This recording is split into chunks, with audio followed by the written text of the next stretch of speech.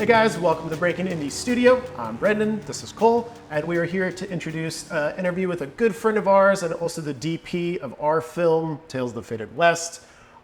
This interview was shot at the Santa Fe Film Festival, and it's a great interview, but perhaps less than ideal quality, especially given that he is our cinematographer. Which our cinematographer would hate. I feel like he'd be like, but Clint Howard II, again, Clint Howard II, and he demands authority with that second, man. So good. He may be the second by title, but first in our hearts. So happy to have him on the show, and honestly, learned a lot. So much. I mean, this is a really great interview specifically for aspiring filmmakers to kind of dig into our process with him, but also his career in terms of how he jumped out of film school and what that process looked like for him having a career, and specifically getting into, do camera work and a DP. And he talks a lot about New Mexico film. Yeah, New Mexico film, opportunities there. Yeah. And working backwards until you fake it till you make it. And a lot of good stories all in between. So come check it out. Clint Howard II. It's a program for filmmakers by filmmakers. It's the Breaking Indie Podcast. I like that it looks like you're here for a job interview. What does that mean exactly? I guess between the two of you, yeah. All right, well, hey, why don't you kick it off? And while we're talking to our friends here, they're all chiming in. Why don't you tell them where we are, what we're doing, and who we are? What up, friends? Family, probably. Most of the people watching this are our family. We are here at the Santa Fe Film Festival. This is the Breaking Indie Podcast, where we've been interviewing all types of different people involved in the process of making film. And we are sitting down. We just got to get these gesticulations good. We are sitting down with a very talented DP. I'm going to keep doing this as long as you're doing this, Brendan. I feel like I'm the one not doing it. Yeah, so I join feel left in out. with the... Yes. Everyone just... Are we Masons? Is this Yeah. what this is? Well, so one of the screenings for the project that you help us with, Tales of the Faded West, is going to be showing it at the Masons Temple, Scottish Rite Temple, on Sunday. Is it really? Yeah. Wow. I guess I was. Caesar. Man. But tonight we get George R. Martin's theater, the Jean Cocteau, which Very I'm very cool. excited about. Very That's going to be great. But please, okay, enough about us. Please introduce yourself. Tell us a little bit about who you are. Sure. My name's Clint Howard II. I'm a second because I'm named after my grandfather, not my dad. So hence not a junior. So that's always kind of one of the first. There's not many of us. Yes. Seconds out there. But I'm originally from Texas. Moved here a few years ago. I really loved the storytelling that was happening here. Came up in live production and then kind of reality television, and really loved organic storytelling, loved the process of communicating to someone visually. It's not my quote, but I heard someone say the closest thing to telepathy is visual storytelling. And that's how it feels for me. It feels like I can relay more than I can explain or articulate through this image. And the cool thing is when I think when movies are visually excellent and visually creative and visually free, you see not only the intended meaning from the creative team, but I think you see yourself reflected in that art form. So it's something that I think is a bit of a eternal art form, to get a little meta and weird with it. Sure. But I connected with that at a really young age. My dad had a hold Canon XL1 camcorder that he basically bribed me. He's like, I'll teach you how to use it if you don't break it, and do exactly what I tell you to do for his company. Did your dad work as a cinematographer? Or So my dad minored in film. So it was always, he had a huge passion for film. I always remembered he made a film in college, and the thing that I always remember is that in his Volvo, and I don't know if it was him or who did it, I'd have to ask him, but they pulled off the backwards driving 40 miles an hour and then e-brake 180 degree to punch it. Yeah, so my dad was a professional motocross racer as well. So Okay. he was in the racing community, and so I think they just kind of like put those skills together and like, we can do this thing like safely, and so they did. And I was like, you just made that? You just did that? And I was really inspired by that. And then, so yeah, I would play around with that camera, and was an actor for a little bit, so I kind of got to see that side of things. But really, it just, the visual storytelling bug bit me really early on, where, once iMovie came out, then I was literally spending my weekends cutting together, Steve Jobs' dog getting washed in the bin, if anyone remembers that.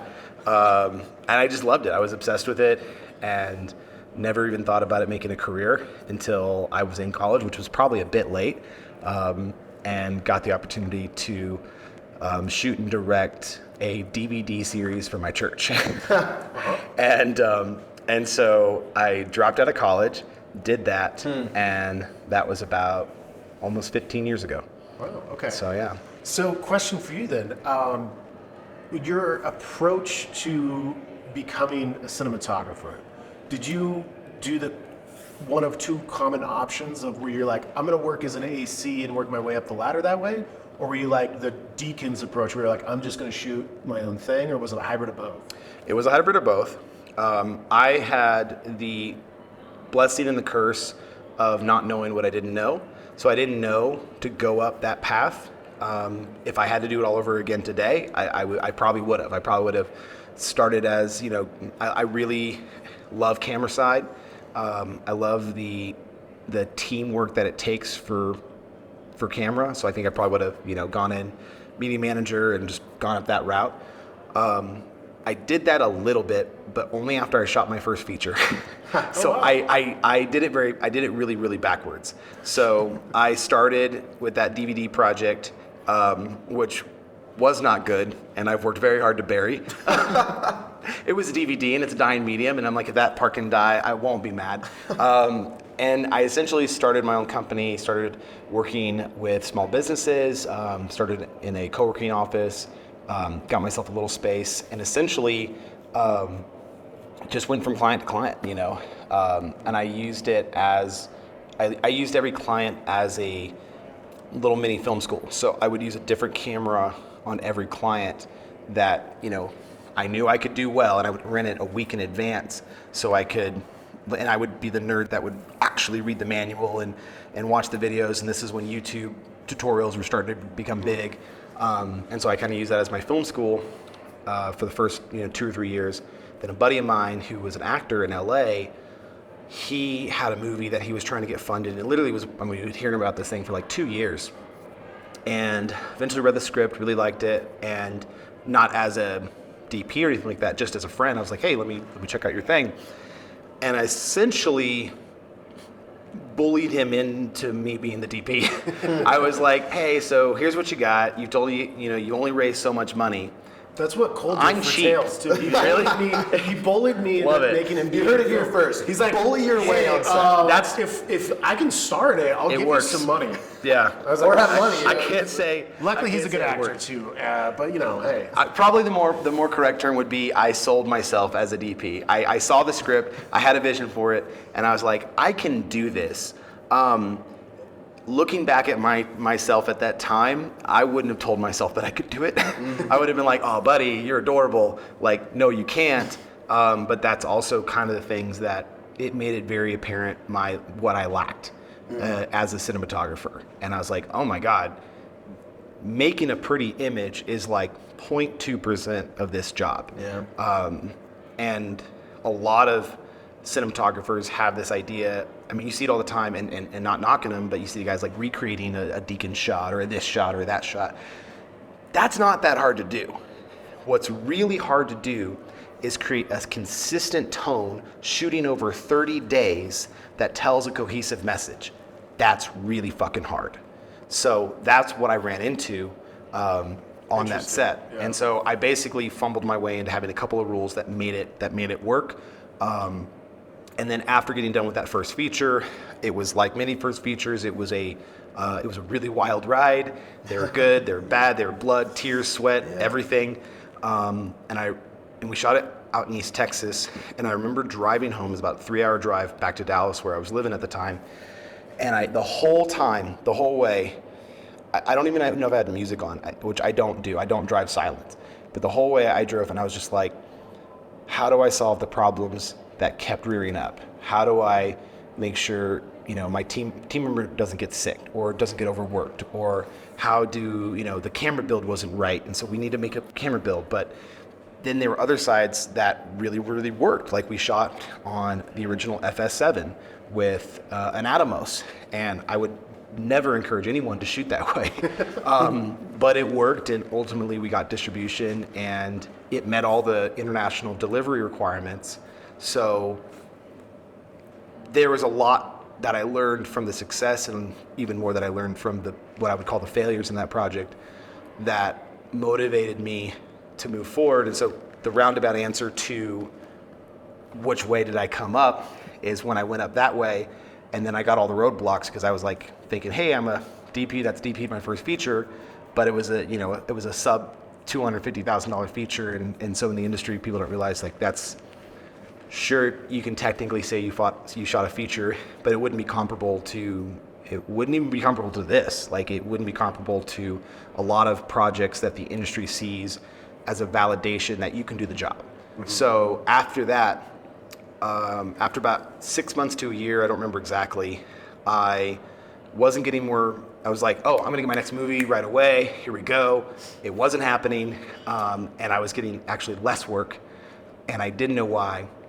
And then I met with a few guys that were kind enough to give me some really honest advice, and they go, look, you're going out for camera operator jobs, you're going out for first AC jobs.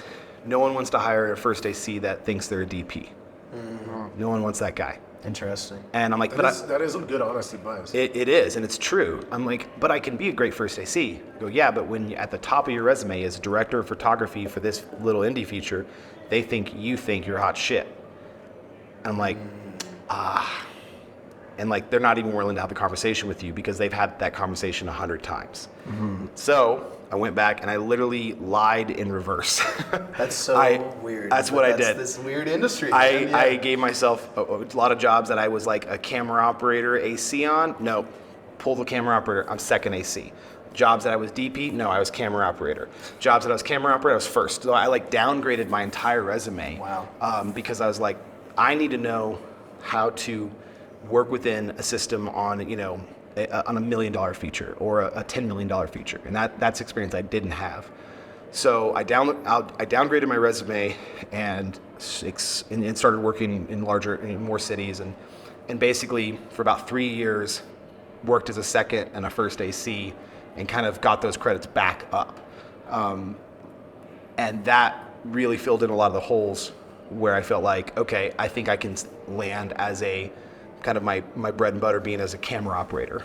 And that's where I landed. And gotcha. So I kind of have I'm a union local 600 camera operator, but then an independent director of photography.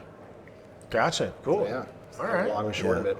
Yeah. Well, I mean, it's such an interesting concept of the downgrading. I mean, it's kind of similar, if you're a PA, it's like everybody has aspirations in this industry. Nobody wants to be a PA forever. For sure. But it's a really interesting thing because I have many friends that work as PAs and they do a great job as a PA.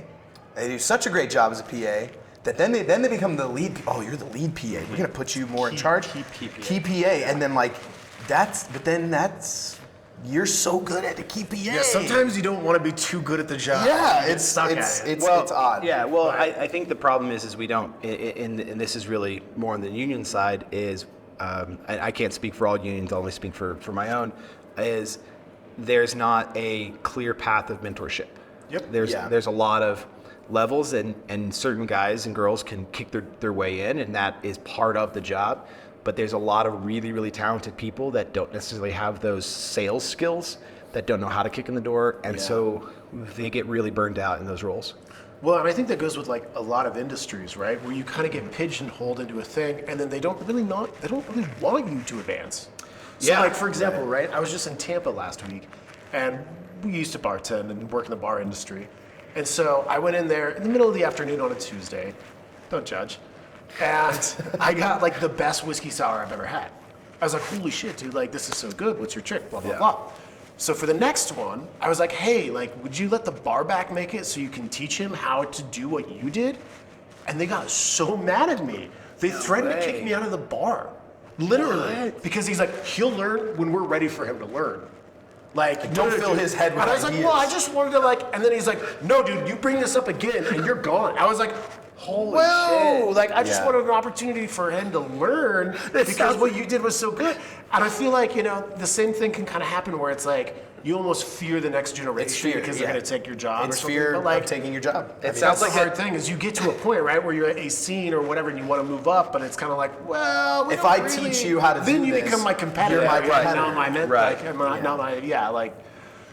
It sounds like stupid, but yeah. a deleted scene from Coyote Ugly. With that right there. Yeah, it was so weird because I just like it got escalated so quickly. Yeah. Where it's like, oh, like have him do it. And they're like, fuck you. Yeah, no. Okay. Yeah. Sorry. No, I've definitely experienced that.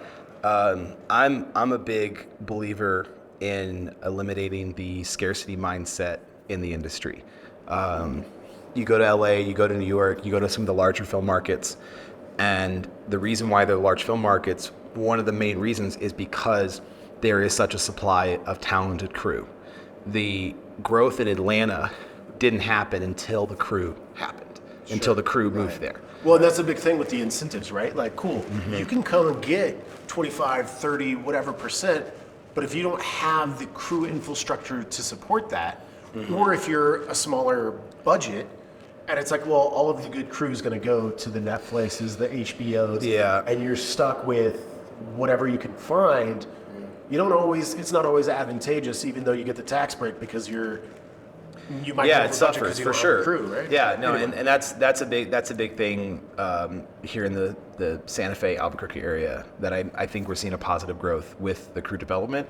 We definitely need more on the lower end. We need more key PAs. Yeah. We need more transportation. We need more people, second. Below the line. Yeah, Yeah. We need people that have, they might be like a key PA on a large show, but the other half of their career is, they're working to become an AD, because that's a great transition. Well, it's so much easier as somebody who's probably got over close to 600 days as a PA. It's so much easier to get into the DGA as a first AD in smaller projects. To get into the DGA as an AD doing the PA route is for those who don't know, you have to have 600 days on set and sets that are acknowledged by the DGA. So I had a friend she did like all of Mad TV, which I love that show growing up. wow. And I was so jealous, but she's like, I did that for like the entire run of show, and not a single episode qualified me as a designated. Well, you got to turn in your binders. Yeah, right? You got right, to binder and there are like these multiple thick binders, yeah. of like all of this call sheets, basically. Yeah, oh no, Yeah. it's insane. And they that's- flip that's through why and they're I like, stopped PA. no. I worked Okay, on yes, some of the no. most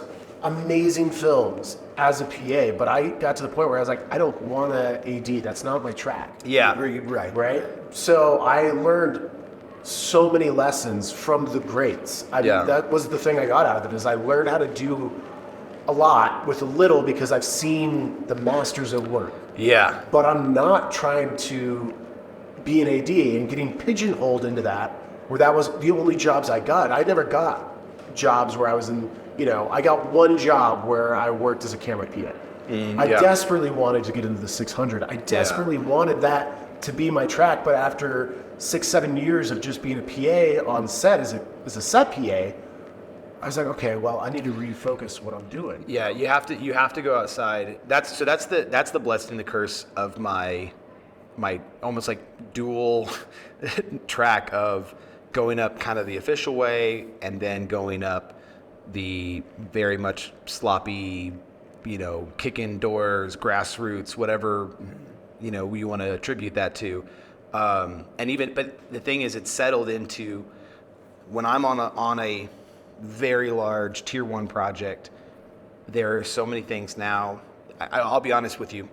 I learned more on the value of my independent upbringing than I do from there. There's still fantastic things I learned from there, but there are things that I've built into what I know I have to deliver, and I know what the metrics are to deliver a successful project in the independent world. It's not the same. So it's a little bit of apples and oranges, so it's a little unfair, but there's a lot of inefficiencies. There's a lot of, it's a cruise ship, it's massive. And so to turn and make adjustments takes a lot of effort. Yeah, and a lot of that's people. a good point. Yeah, and you have to be really careful.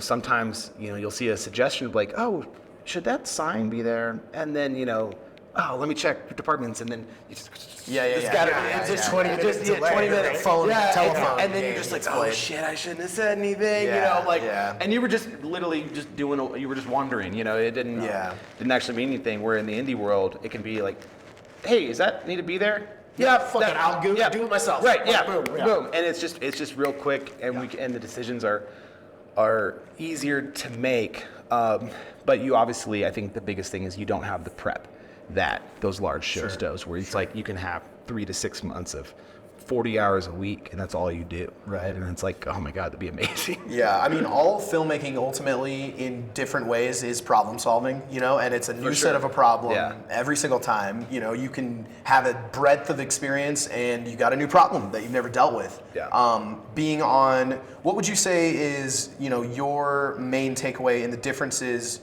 of the approach to that problem solving on a larger, big set versus like an independent? I mean, we just talked about like the chain of command, but more so like, what is the process like, That's a really good question. I think that the win is going to go in the column of the larger productions, because often you don't have enough time and money to fix problems in the indie world. Yeah. You have to get super creative, and sometimes that can be, really great.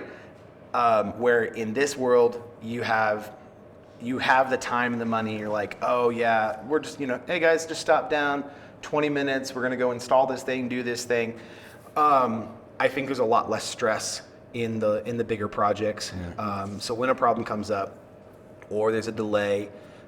If it's a well-run production, which not all are, usually you see communication and collaboration, and it's usually honestly a great AD that manages that. True. Which is funny, because my question, which I wanted to ask that same question, but a very similar question, is a lot of times for the DP, and this is something as when we work together, and that having AD'd, having DP'd, and having directed, it's a question that I fucking hate, but I always have to ask, right? Yeah. Is how much time?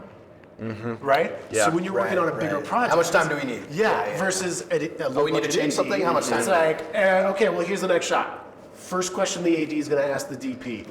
How much time do you need? Yeah. Right? Yeah. It's a necessary evil. Yeah. It's a necessary evil. I think the reality is, in the larger projects, you've had at least enough pre-production to where you've at least had that conversation once. Yeah, about moving on from this to this to this. Now, if things happen, if days get pushed, like that's a day of problem. But usually there's at least a basis for, like, the AD's coming up and expecting 30 minutes to an hour, and the DP's not going to respond 2 hours and be like, whoa, what? Where if it's something that you're having to troubleshoot on the day, and I have a hard time with answering that question sometimes, because it's like, I know what this will take in a vacuum. In a vacuum with, everything working and the focus calibrating right and talent being where they need to be and us hitting our marks and hitting our lines and hitting our focus and the lights not going down, this will be 15 minutes. But it's like, how much do I account for that? So I struggle with it because it's like, how much do I... variables. Yeah, the variables. And they're like, well, you said it'd be 15 minutes. Like, well, yeah, but I didn't know the camera was going to shut down, and our battery charger hasn't been charging, and and there's not enough eyes to see on that, that pipeline. So when you're problem solving on a larger set, it's very formulaic and really healthy, again, on good sets. So I think I can speak most of that on the last set on Duster, shooting here in Albuquerque, where the AD, we had two different ADs, and I hate that I can't remember the names right now, but they were both. It's okay. They'll mention it in the comments. There we go. Yeah, we'll see you We'll on cut the in next after, one for sure. We'll cut in after I look it up the call sheet real quick. But I so appreciated how when a problem would happen, it would run up the chain and very quickly get to the AD. And usually you'd see the AD say, okay, all right, great. How much time do you need for that? Next question. And then he goes and starts checking with department heads and making sure that that doesn't affect change on all of their issues. And then, you know, if first team's coming up, let's hold them or whatever. It's very much like, you know, they call it the FedEx model, where it's like all the packages go to, what is it, Tennessee or Georgia? I forget what it is. I've never heard this before. Yeah, so the FedEx model, or maybe it's UPS, I could be messing it up, but essentially the analogy is what, I think it is UPS, so we'll just go with UPS. The analogy is what made UPS so successful originally is no matter what package you had, no matter where it went, it always went to their headquarters, nationwide. And then from there, they distribute. It sounds a little inefficient, but they, at the time, lost the fewest packages. They had the fastest delivery across the board. Yes, it made certain things take longer, but the market trend overall with any issue, well, we all know it's going to central. You know, everything's coming here, and then we know if there's an issue from here to here, that's one issue. If it's an issue from the hub out, that's another issue. But it really segments things into the ability to solve problems in an area rather than trying to, you know, play whack-a-mole, which I think on independent projects we get in the bad habit of playing whack-a-mole.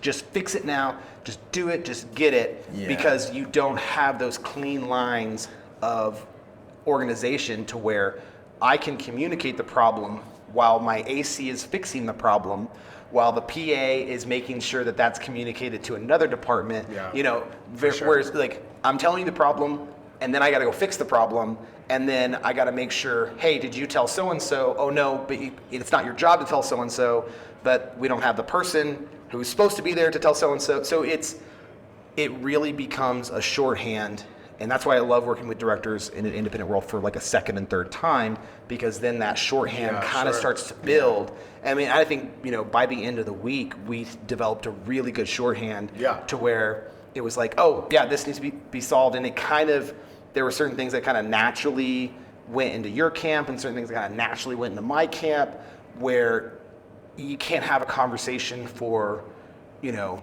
if we're running low on water, who's going to get water? You know, like you can't have those conversations. So it's a good lesson on each side. And I think the more you can make independent projects like that, I think the more ultimately efficient it will be, even though it feels inefficient in that moment. I see what you're saying though, and that speaks to the idea of like problems. Actually, Robin, can we check and see if the Sony's still rolling real quick? Yeah, we're gonna check that. While we do that, can I sidestep and pitch you an app idea, guys? A Candy Crush game. Just that one. Called Wackadoodle. Wackadoodle, Right? okay. And it's a wackadoodle. Is this so just it's a penis you euphemism game? Yeah, you just whack the fucking dude noodle, and it's just wackadoodle. Right. I think Pornhub would be all over this. Yeah, they love those games. They got that porn money. Film industry doesn't work out. Yeah, right? Hey, there's a lot of places where our talents So can be follow me on OnlyFans. It's only shush. Don't kid. This is our first episode. Like, or second. Like, I don't know. We don't know which which number this is. We don't know yet. what number this is, but damn it, it's too. We'll wait a It's little too- longer yeah, for that. it's- Beauty of editing. But to segue, But we don't edit. yeah, this is live. Oh shit. We're going live on Instagram. All right. Yeah. All right. But to segue, ultimately, this idea of like how to problem solve in the most efficient way, right? So it all kind of goes through this hub, so that you know there's a chain of command, there's a line going through to where instead of just it's like sporadic and everybody's running around trying to do multiple things at once. I think it's interesting because on a set with all this pre-production and a set with all these hands, the problems that arise and can be solved in a certain way. Whereas in an independent film or a small budget or a small crew, that's in a sense really when you really learn from some very massive inefficiencies. I think it's like you see some glaring inefficiencies in the process, and I think that that's, and you're doing it yourself, so you can't necessarily blame somebody else. You're fully like, okay, what do I have to do? Maybe in this moment I can do it right now, but even certainly on reflecting back, which is what you were talking about before in that like first feature, you know, you need to have that process of like, okay, this didn't work. Why didn't it work? And how do we do it next time so that it's cleaner, faster, more efficient, etc. Yeah. So I mean, that's why I love independent film so much, is because it's very nitty gritty that way. And Is there a question there? no. I think it was a reflection. I'm super into No, for sure. Yeah, I'm super into the I reflection. gotta bust this ball. Yeah. Sometimes we don't ask questions. Sometimes we actually have things to say. We too. actually it's, like to it's talk. crazy. More. Why is than that guests. wild? Honestly, I've never done this much listening in my life. I'm super proud of you guys. I can honestly. speak to that. I can speak to that. Truly, truly. Well, so and the thing, okay, two things. One, I love your ability to not just say I'm a DP, I'm a filmmaker, whatever. You have the business side of it. You have the hustle, Yeah. right? The ability to humble yourself and say, yeah, I was an operator, but I'm just gonna say that I was a first or a second IC on this. Like, and when we put out our crew call through the New Mexico Film Office website, the reason I hired you This will be is interesting. because Here we go. is because you sent me a headshot. And I was like, damn, he's handsome. No, you sent me the best email in response. And I knew what we were doing. We were shooting inside a canyon. We were shooting on the side of a mountain. Like, I knew it was asking a lot. And I know, like, look, I'm the kind of person who I'm like, just fucking let's do it. You know, let's just shoot. Yeah, Let's, shut up like, and shoot. You know, shut up and shoot. That's why- And- that's and why I love working with you. For a couple other cinematographers I talked to, like, they really were perfectionists and they really want to have ownership. And I really, you know, I'm a little bit more guerrilla, just like fucking down and Yeah. dirty. And your email to me was, put me on the side of a mountain with a camera on my back and I'm in my happy place. Yeah. I trained for this. Yeah. And I was like, I don't know who this is. I did, remember saying did that now. watch your reel. Yeah. But even before that, I was like, he's hired. Like, Yeah. that's my guy. That's the attitude I Put love. this Like, film on my back, go. that is what I need for this film. I would love to have the luxury to have the cinematographer who's like, well, I need all the lights and I need all the Oh, yeah. things. And you're like, cool, dude. Yeah, so do I. But guess what? That's not what we fucking have. And I think you might have kind of been able to gauge that based off the crew call or the casting, the crew Yeah, call. the crew call, yeah. It's weird to say that outside of a call sheet. I know, right? But yeah, just your ability to be like, hey, I get it. You're Yeah. an indie filmmaker. I've done that, and I understand what you're going to be asking for me. And honestly, there were times where you rightfully have every reason to be upset with me. But so often I was just shocked with how accommodating and how amazing you were with our project. appreciate And that's why I love you as a DP. It's not only are you fantastically skilled, you really know the ins and outs of my camera. You're like, actually, I know that you own the body, but just so you know, this is actually, oh, okay.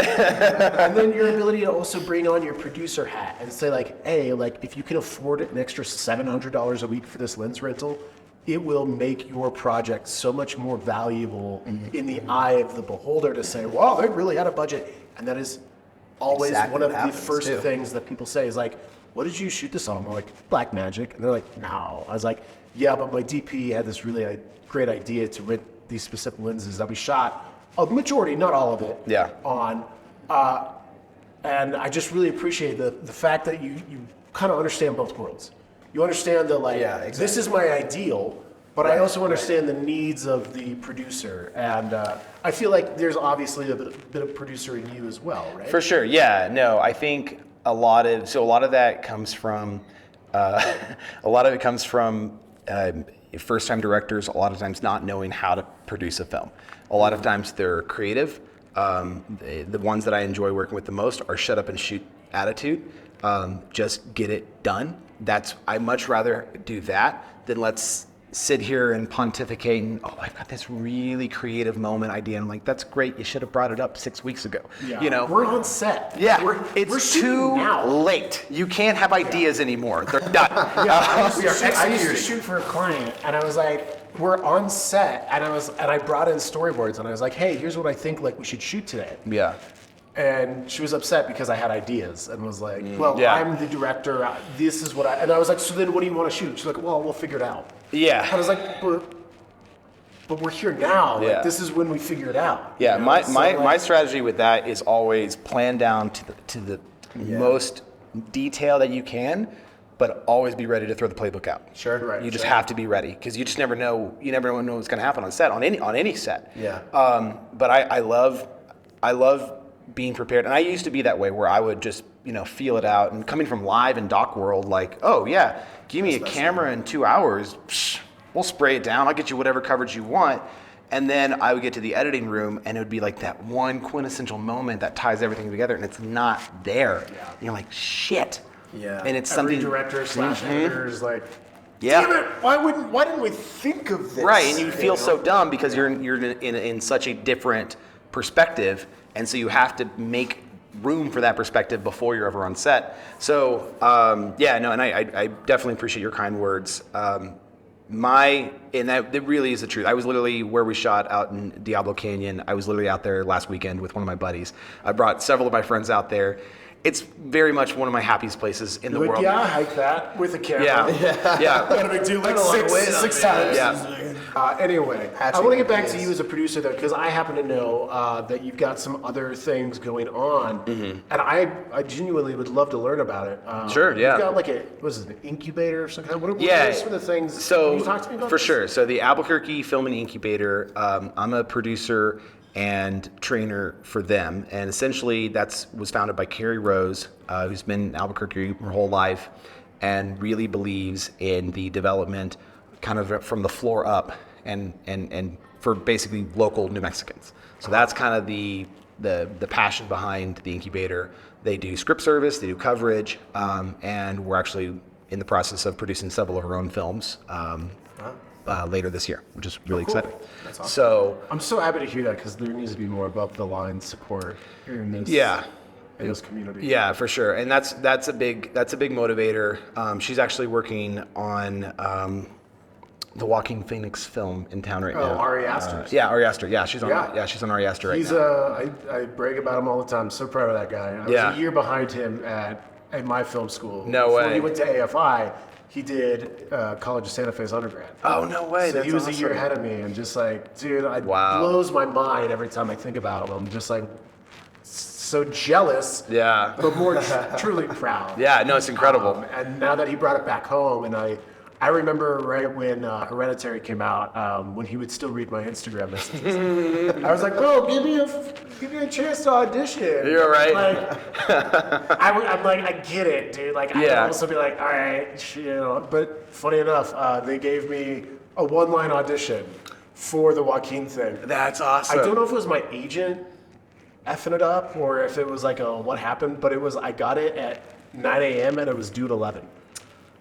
And I was like, okay. But I kind of felt like it was Ari just being like, yeah, bro, you asked. There you go. There's Like, there's your shot. there's- Okay, yeah. you didn't get it. That's not my fault. And Yeah. here's the I didn't acting choose business that, side of like, it. yeah. And that's what we have to deal with sometimes. Anyway, That's real. love you, Ari, if you ever hear this. Respects. But yeah, sorry, going back to the Yeah, no. So He won't get it. That's fine. beautiful. No, I'm pretty sure Joaquin Phoenix is definitely listening right now. Yeah, he's actually our next. yeah, no. He's a huge right after podcaster. you. He looks for the deep track podcast. Yeah. None of Deep this. cuts. None of Yeah, this. deep You cuts, know. yeah, like Smart List. Yeah. You got him on he does Smart List. Serial, the Daily. None of that. He No. loves He's. that shit. Yeah. He wants to Yeah. find the stuff that's like misspelled in the description. That's Yeah, what he. 50 subscribers or less. Exactly.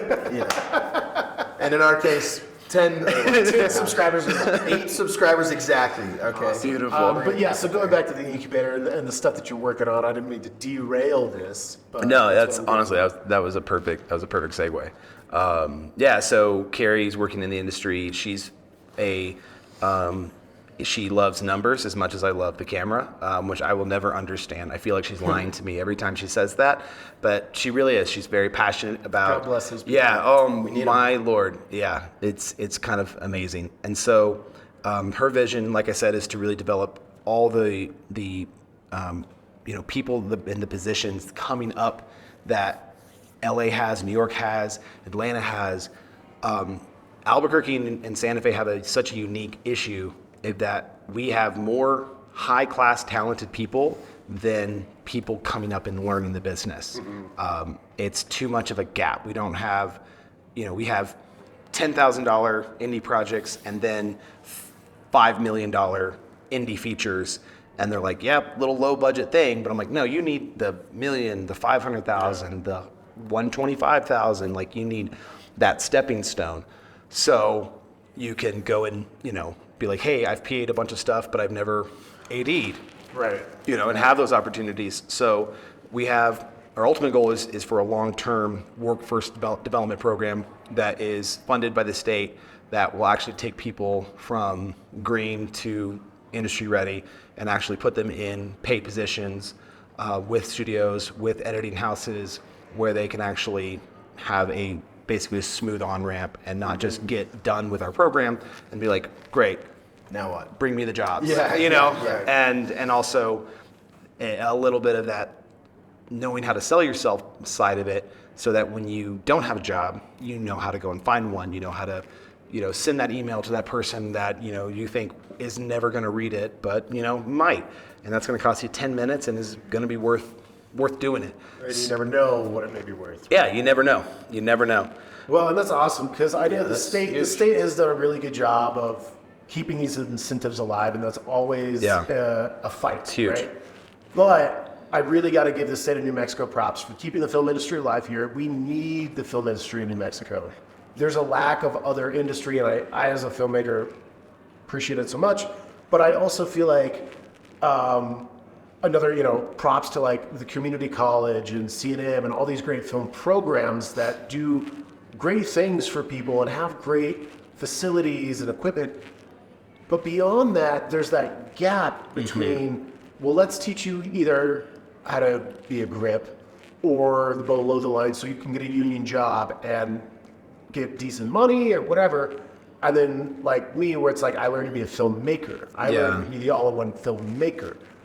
But then I feel like there's that lack of opportunity to bridge the gap of like, well, how do I use that to serve? And there's not like a lot of grants from the state. There's not like hey, the New Mexico True campaign, I guess, is like a cool one where it's like, we are gonna hire local, New Mexico filmmakers to make our tourism stuff. But I would love to see more involvement from the state. And, I appreciate that they have the incentive program and a lot of money goes into that, but I would love to see them finding perhaps ways and maybe like, I don't know the legalities of it where they can kind of make money off of the opportunities they create. Yeah. But I feel like there's a lot of opportunity there and would also raise up the film scene for the actual people that they've educated. I don't know. I think that program would. Yeah, and that's really that gap. That's where I think what we're trying to fill at the incubator. And that's why I'm a part of it, and that's why I'm working to help expand what we're doing on the commercial side of things, so that we can have more repetitive projects that are 5-man teams, 10-man teams, 3-man teams. Projects that you're going to have to load in gear and then put on a lens or, do things that, good Lord, you would never be allowed to do for the first 5 years of your career, in the union side. And I mean, and I don't want to disparage what the union does, because so much of that is protection for artists and people that don't get that protection. I mean, we saw it this last week. There was a horrible accident in Atlanta where 7 crew members were all near fatally injured, being put in a position that they never should have been put in. And that often comes from people not coming up those ranks and being like, oh, this is a really scary position. I shouldn't have done this. We shouldn't do this, and seeing it firsthand, rather than a union rep just being like, you're not allowed. Then it becomes a game of what can we get away with, rather than saying, no, I don't want to put Brad in harm's way. Obviously, the little bit of the elephants in the room was after Rust. That was the biggest question. That was the biggest question I had with our project was weapon safety. Yeah. And rightfully so. But it is important to acknowledge the great things that the union does, even though the only union I'm in is SAG. And I'm sure I'm not making them much money. But you're right. I mean, Yeah, it's no, still it's definitely unions serves are a purpose, extremely so I valuable. appreciate We're that. pro-union. Just Very to be pro-union. clear. We're very Very- pro-union on this very- podcast. But I'm very also pro-union. very hungry for money, and I'm pro other. Yeah. I'm pro-union, bro. I'll cross a line. I'm also pro incubators and people who help film our project. Really, fund our yeah. project. So really, with the incubator, like where I see that in the near future playing the biggest role is people coming out of CNM, UNM, who haven't maybe gotten the that first job. Right. Because as we kind of discussed initially with PA positions or really whatever first job you can get, you don't really get to, unless you're really ballsy, you don't get to really control your career. It's kind of like, well, I just happened into this and it just worked out and this is what I do now. Where I was very intentional with my career because I could, as much as I love being a DP and all that, if for whatever reason it was like, nope, you'll be a camera operator for the rest of your life, I'm like, cool, I'm good. I love it. I absolutely love it. There's often, like, I feel like independent projects are where you get to punch up. Yeah, that's sure, where you. right, That's exactly.